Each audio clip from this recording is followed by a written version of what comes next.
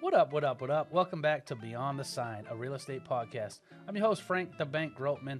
With me, as always, is Christine the Legend LaCava. How you doing, Christine? I'm doing well, Frank. How you doing? I'm doing really good, really good. How's business for you?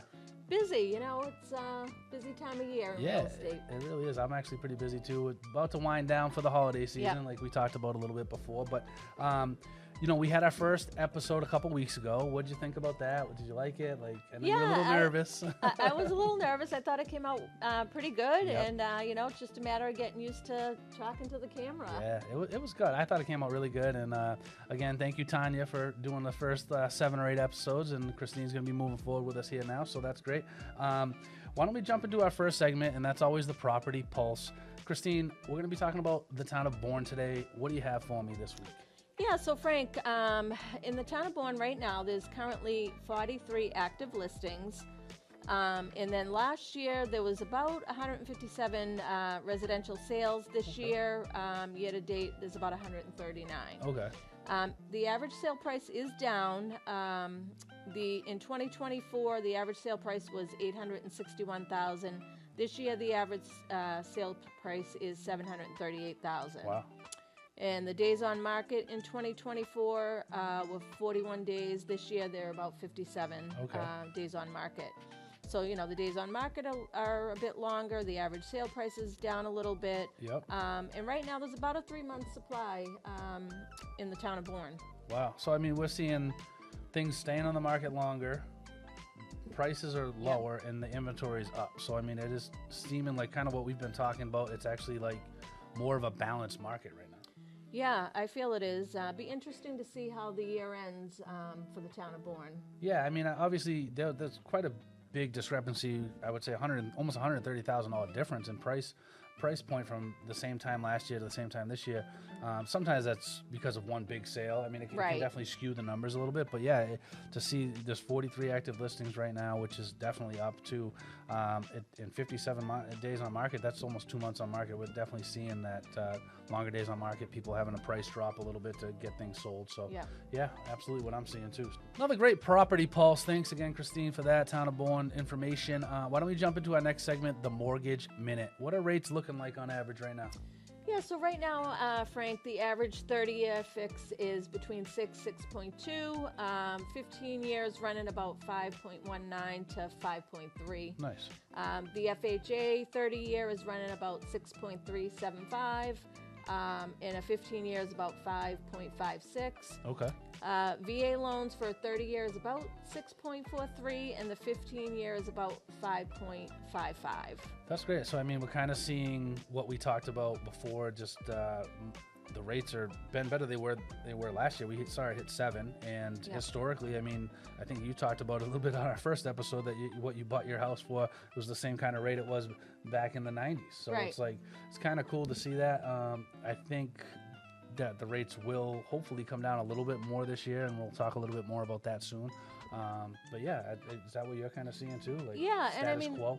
The rates, I don't think they're bad. I think, if you're prepared to buy, you're ready to buy, these are great rates to take advantage of. Absolutely. So Frank, anything happen nationally with national news? There's always national news, as you see, but the biggest thing right now is the government shutdown. So, how does that affect different industries? Obviously, in our industry, being the real estate industry, how does that affect us? So there's a lot of different things that happen. Some of the things to really know or pay attention to it. One, if you're listing your house and you're going to accept an offer that has a government-backed loan, those are either taking longer or paused completely. So FHA and VA loans are still working with a skeleton crew, if you will, but taking more time. So red tape, slower processing, so you can expect a slower closing typically. So if you're looking to move fast on your sale, that might not be a loan you want to deal with. USDA completely right now, I'm told, is paused completely. So USDA loans are being very slow processed to not being processed at all. So that's something else to take into account. Again, if you're a buyer looking to move fast or a seller, these are the things you kind of need to know. Lastly, one of the things that, especially talking about Bourne and Wareham, there's a ton of flood zones, right? So flood zones are a big deal. If you're in a flood zone, buying a house, selling a house, what you need to know during a shutdown, is that the National Flood Insurance Program is not currently accepting any new insurance policies. So if you're in a flood zone and you are getting a mortgage, you're going to need flood insurance to buy that house. So if you're not going to get it from the National Flood Insurance Program, where are you going to get it from? So that's when you actually have to reach out and shop around and see what companies are actually carrying flood insurance privately in Massachusetts, and that it also has to be okay. That company has to give a binder for your mortgage company. So these are things that you definitely need to know about during a shutdown. Hopefully the shutdown doesn't last too much longer, but who knows at this point, right? I don't have a crystal ball, and I know you don't either. No, we just don't know. And, like you said, I think if people are prepared, it's going to go a long way for them as well. Just got to be patient. I mean, there's nothing that we can do about it, and we just got to, stay calm and exactly. And that's what we're here for, to obviously, try to tell people about these things so they're aware of it. So it's like, it is a big deal. So that's really the biggest thing. I think there was a little bit of news that you wanted to talk about too. And yeah, I think the Feds are meeting this week. Yep. So we'll be interested to see if they, drop the rate a little bit again. There's talk that they are going to, but we'll have to wait and see.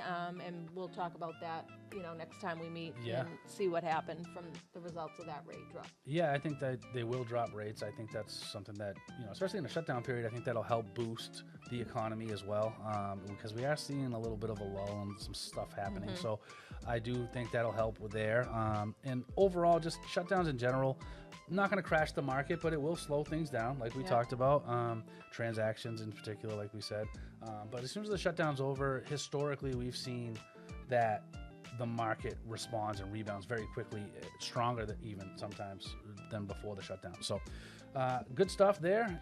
Another great mortgage minute. Thank you, Christine. That was awesome. We have the best part of the show, the closing confessions, the good, the bad, the ugly. We've talked some cool stories, some cool experiences. This week, we briefly touched upon this last time. There is a new law that just went into effect, and this is specifically for Massachusetts. So it is at the state level, not national. So something very important for people to know about. Christine, this has to do with home inspections. So why don't you tell the viewers out there a little bit more about this new law that just went into effect? Yeah, so it's the Massachusetts Home Inspection Law. It was enacted under the Affordable Cares Act of 2024 to protect home buyers from being pressured into waiving home inspections. Okay, makes sense. It ensures that buyers can make informal decisions about, one of the most important investments of their lives. Absolutely. So here's the new form that we're required to present to a seller. Yep. When listing a property, and then when a buyer comes in with an offer, this has to then be presented to the buyer before an offer is even presented to the seller. Makes sense. Yep. So, the buyer's rights, they're still able to choose the inspector. Okay. Within a reasonable amount of time, they can have their home inspection. Yeah, we typically see 7 to 10 days.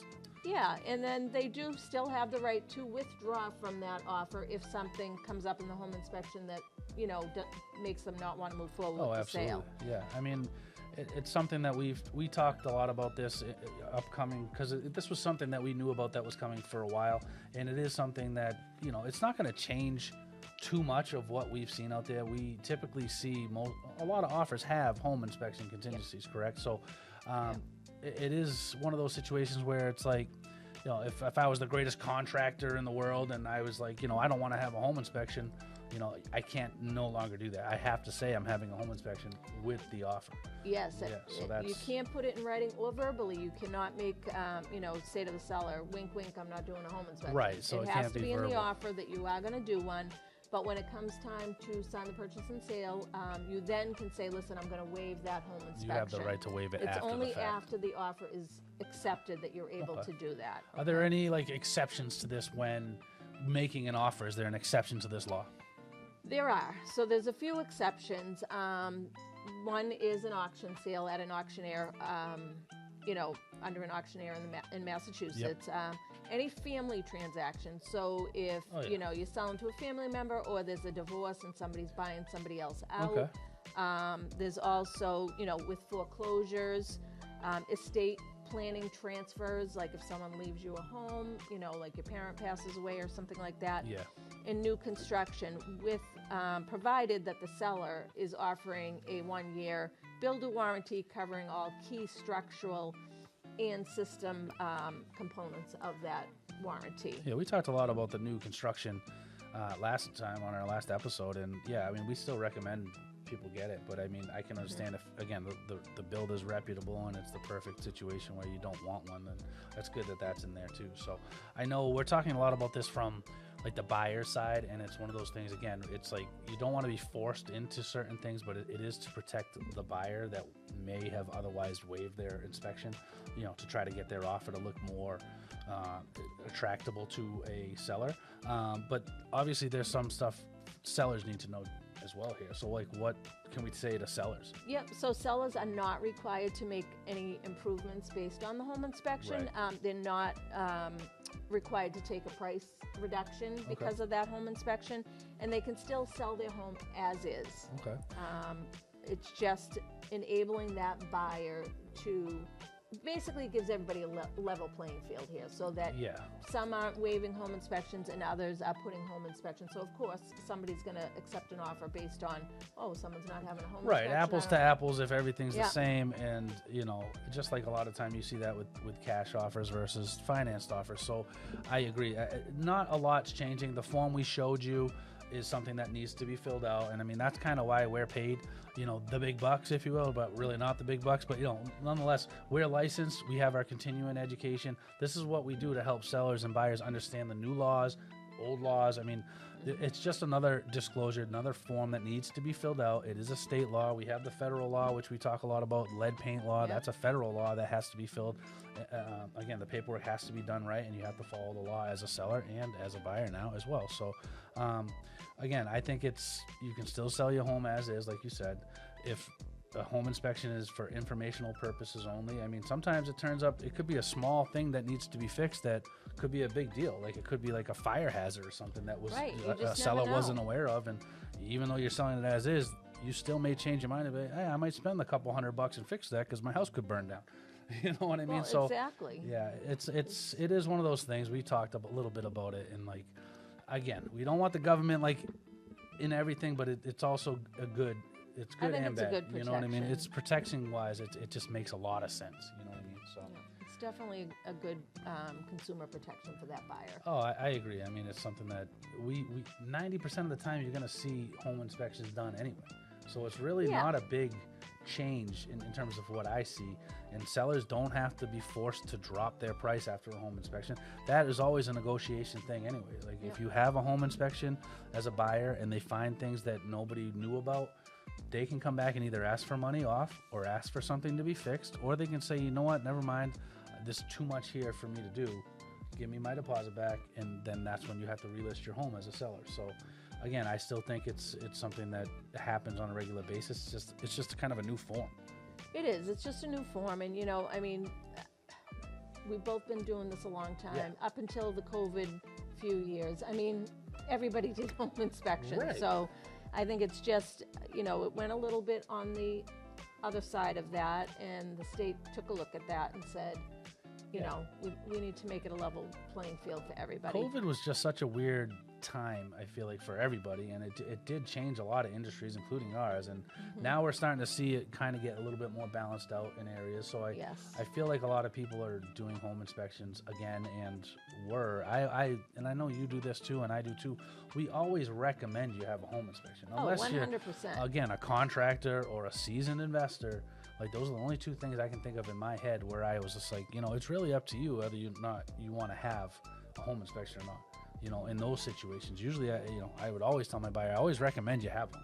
You know what I mean? So, and I know you did too. No, it's always good practice. Absolutely. So, well, that's great. Another great episode. I'm not sure what we're going to talk about next time, but we'll have some great stuff for you next time as well. I know, Christine, you had something else you wanted to bring up before the end of the episode? So our office, you can drop off donations for Damien's Food Pantry starting October 28th and running through November 18th. Been doing this collection now for non-perishable and canned goods for about 10 years or so now, maybe a little longer. Awesome. But it's, you know, the holidays are coming up, and they can always use the extra donations, and they're so appreciative of any donations that we bring over. Yeah.